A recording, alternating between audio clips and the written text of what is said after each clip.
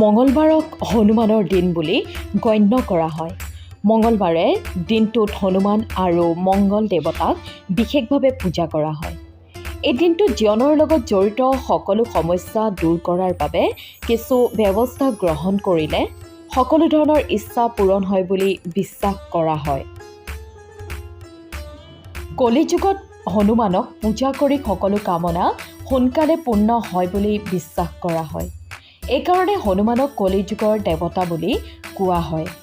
আজি আমি আপোনালোকক কিছু প্ৰতিকাৰৰ বিষয়ে ক'ম। মঙলবাৰে এইসমূহ ব্যৱস্থা গ্ৰহণ কৰিলে জীৱনৰ সকলো সমস্যাৰ অন্ত পৰে বুলি বিশ্বাস কৰা হয়। 1 নম্বৰ, মঙলবাৰে হনুমানক ৰঙা ৰঙৰ সেন্দুৰ প্ৰদান কৰিলে ব্যৱসায় বৃদ্ধি পায়। ইয়াৰ বাহিৰেও মন্দিৰৰ ছাদত ৰঙা পতাকা লগালে আকস্মিক সংকটৰ পৰা মুক্তি পোৱা যায়।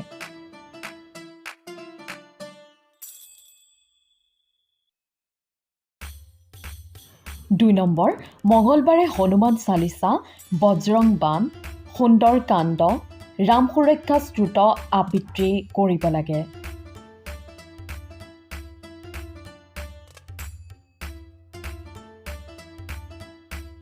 3 নম্বৰ, মঙলবাৰে এজন মানসিক ৰোগীক সেৱা আগবঢ়ালে মানসিক চাপ চিৰদিনৰ বাবে আঁতৰি যায় বুলি বিশ্বাস কৰা হয়।